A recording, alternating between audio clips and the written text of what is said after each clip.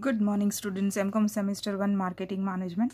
Marketing management में आज हम जो पेपर सॉल्व करने वाले हैं specifically for MCQ, that is for the November 2019 का जो पेपर है उसे हम पहले सॉल्व करते हैं। आप देख सकते हैं कि मेरे पास फ़ोन में पीडीएफ है, तो मैं उसमें से आपको सॉल्व कराती हूँ।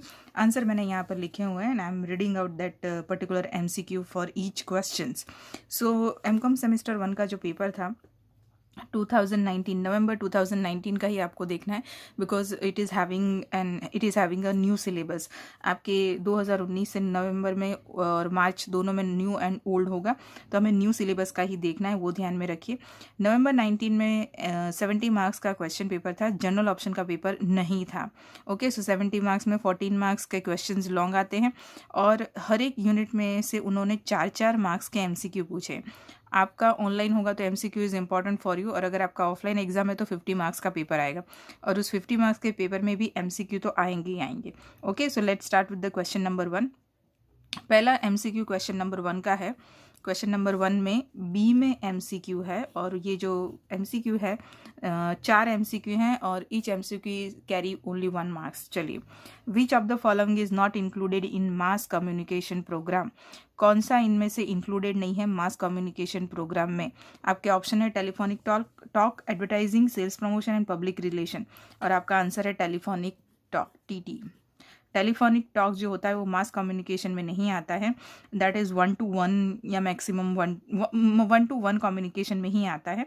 बाकी advertising, sales promotion and public relation is having a more than one people. The idea of marketing strategy is related to, idea of marketing strategy किससे रिलेटेड है? लिमिटेड रिसोर्सेज से, LR, limited resources. Marketing strategy का मतलब ये होता है कि आपको जो रिसोर्सेज दिए हैं उसमें से आप बेस्ट आउटपुट लेकर आए। चलिए, number 3, which of the following is not included in the market research. Market research में कौन इंक्लूडेड नहीं है? आपके ऑप्शंस हैं analysis of demand, demographic data, market size and solution of market problems. आपका सही आंसर है solution of market problems. Demand का एनालिसिस करना होता है, डेमोग्राफिक डेटा यानी एज, एजुकेशंस, सैलरी, इनकम, ये सब सोर्सेज चेक करने होते हैं। मार्केट साइज डेफिनेटली चेक करना होता है, लेकिन मार्केट प्रॉब्लम का सॉल्यूशन अभी नहीं। We are just making the strategy for the research. Okay, number 4 is which of the following element is not included in new realities for the marketing. कौन सा element included नहीं है for the marketing, नई realities of marketing में? तो आपका answer आता है modern fashion. New realities for the marketing में ग्लोबलाइजेशन है, टेक्नोलॉजी एंड सोशल रिस्पॉन्सिबिलिटी है, ये सारे नई रियलिटीज़ में इंक्लूडेड है।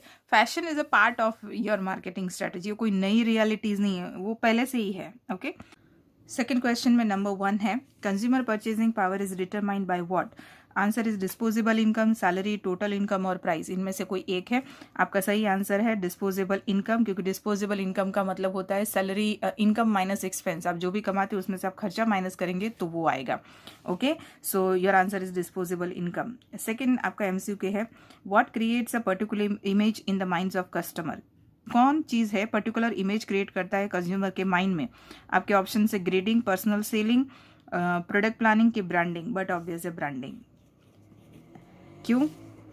क्योंकि ब्रांडिंग जब हम देखते हैं, जब हम ब्रांड नेम सुनते हैं तो we already having one kind of image, जिसे मार्केट पोजीशनिंग कहते हैं। इन अवर माइंड, कस्टमर्स के माइंड में ऑलरेडी पोजीशन होता है ब्रांडिंग का, तो उस वजह से वो एक पर्टिकुलर इमेज क्रिएट करती है। चलिए, क्वेश्चन नंबर 2 का third MCQ, satisfied consumer is a what. Satisfied consumer क्या है? साइलेंट, एडवर्टाइजमेंट, प्रमोशन, सेल्समैन के टारगेट मार्केट।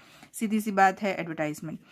वो साइलेंट जिसे बोलते हैं ना कि चुपचाप अपना काम कर जाता है, क्योंकि वो सेटिस्फाइड है। आप एक मूवी देख कर आते हैं और आप highly satisfied with the movie, तो आप दूसरों को ऑटोमेटिक बोलेंगे हाँ भैया देख कर आ, तो that is called a silent advertisement. You are not going to pay for that.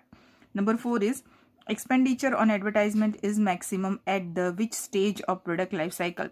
Product PLC की लाइफ साइकिल के 4 स्टेजेस है, introduction, growth, maturity and declining. इन चारों स्टेज में कौन सा स्टेज है जहाँ पर एक्सपेंडिचर सबसे ज़्यादा होता है?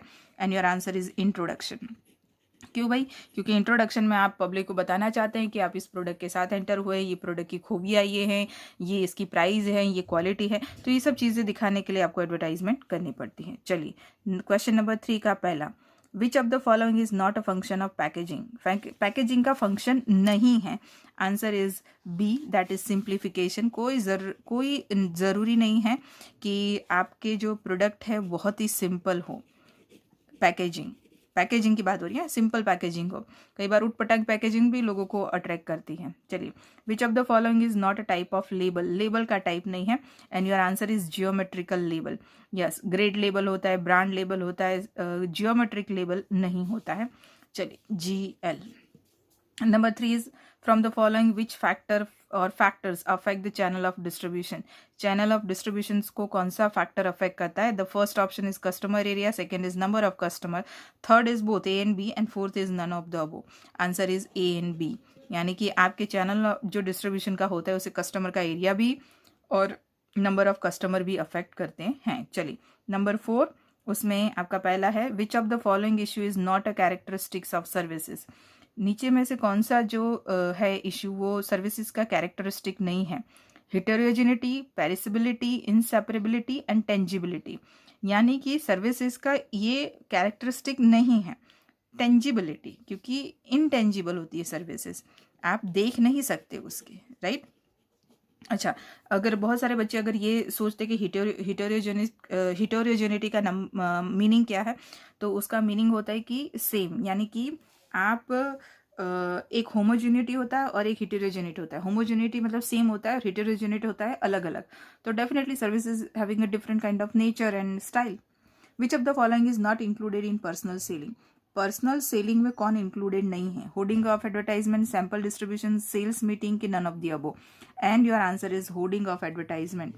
H of advertisement. Hoarding of advertisement आपका पर्सनल सेलिंग में इंक्लूडेड नहीं है, क्योंकि सैम्पल डिस्ट्रीब्यूशन करते हैं, सेल्स मीटिंग करते हैं, लेकिन एडवर्टाइजमेंट की होर्डिंग पर्सनल सेलिंग में नहीं आती है। Production of services the combination of various.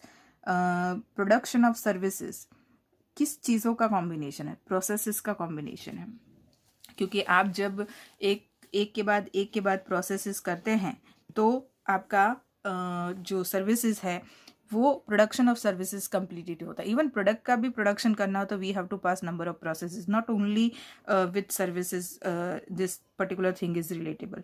Okay, चलिए, आपका नवंबर 2019 में जो MCQ थे वो मैंने आपको सारे करवा दिए। 4 क्वेश्चन, इसमें 4, बाकी में 3, मतलब हमारे जो टोटल हैं वो हो गए 14 MCQ फॉर द ईयर 2019। 2019 में हमारे 14 MCQ हो गए। अब हम बात करेंगे the latest one, and the latest one is 2021।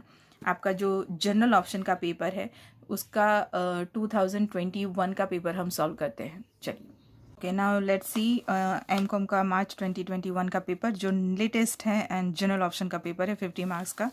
यहाँ पर आपको पहला जो सेक्शन है वो 40 मार्क्स का है और दूसरा सेक्शन है आपका 10 मार्क्स का, और जो 10 मार्क्स का सेक्शन है उसमें 5 MCQ लिखने हैं। So ideally 2 marks for each MCQ। जबकि मैंने आपको 19 का पेपर सॉल्व कराया, उसके अंदर 1 मार्क्स MCQ है, 1 मार्क्स ईच फॉर 1 MCQ। तो आपके लिए ये चांसेस हैं, ये आपका पेपर स्टाइल है अभी लेटेस्ट। ओके, चलिए शुरू करते हैं। I am talking about offline. हाँ, ऑनलाइन में तो सिर्फ MCQ है, ये आप जानते हैं। चलिए, पहला, विच media is not included in paid media of communication. कौन सा मीडिया पेड मीडिया कम्युनिकेशन की तरह इंक्लूडेड नहीं या यूज़ नहीं होता है? And your answer is brochure. Number 1 A, any type of sign, symbol, design, picture, logo or name to identify the product is what? That is branding. ये branding का definition है स्टूडेंट। आप अगर डेफिनेशन वगैरह अच्छे से लर्न करते हैं तो आपके MCQ उसी में, आपके लॉन्ग क्वेश्चन और MCQ उसी में से आ जाएंगे।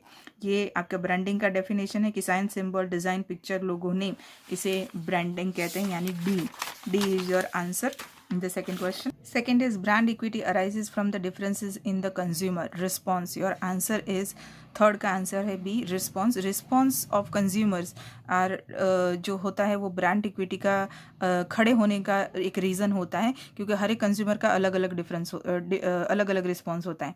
Number 4 is at which stage of product life cycle management has to make the selection between the large sale और the higher rate of profit. B, growth, क्योंकि B ग्रोथ में आपका rate of profit भी ज़्यादा होता है और आपका लार्ज स्केल भी ज़्यादा होता है, लार्ज सेल होता है, सेल ज़्यादा होता है। तो यू हैव टू डिसाइड कि आपको किस तरह से स्ट्रेटेजी बनानी है। Number 5 is which of the following is not a characteristics of service. ये रिपीट हो रहा है, यहाँ पर आपका आंसर आएगा कि कौन कैरेक्टरिस्टिक नहीं है, and your answer is tangibility, right. और उस वक्त भी मैंने समझाया था कि हेटेरोजेनेट का मतलब होता है सेम नहीं है। Number 6 is which of the following matter is not included in the warranty. Warranty में कौन इंक्लूडेड नहीं है? Obviously customer has not to pay. Warranty का मतलब ये नहीं होता है कि आपको पैसा ही नहीं देना है। Number 7 which view point is not considered while differentiating pricing. Pricing decide करते वक्त, अलग अलग प्राइस डिसाइड के वक्त कौन सा पॉइंट कंसिडर नहीं किया जाता, एंड आपका आंसर होता है एज ओरिएंटेड प्राइसिंग। एज का कोई लेना देना नहीं है प्राइसिंग के साथ, ठीक है। आप अगर अपने प्रोडक्ट बेचते हैं, whether it is bathing soap और whether it is drinking chocolate powder, आप एज को मायने नहीं रखते हैं, जो भी पिए price is the same. Which is not included in the marketing decision regarding the effectiveness of the distribution channel. Answer is taste of product. Product के टेस्ट का और आपकी डिस्ट्रीब्यूशन चैनल डिसाइड करने का कोई लेना देना नहीं है। Which factor is not included to make the service marketing effective. Service marketing effective करने के लिए कौन सा फैक्टर इंक्लूडेड नहीं है, and your answer is customer education. आप सर्विसेज किसे भी दें, एजुकेशन का उससे कोई लेना देना नहीं है। Amazon is selling their product to anyone. Which is not included in the decision to enter the foreign market. Foreign market में एंटर होने के डिसीजन को नीचे का कौन सा पॉइंट है जो इंक्लूड नहीं होता, and that is transportation. Yes, transportation is a common thing. ये बेस नहीं है आपका डिसाइड करने का कि भाई फॉरेन मार्केट में एंटर हो या नहीं हो, वो तो होना ही है, राइट। चलिए, ये हो गए आपके MCQs।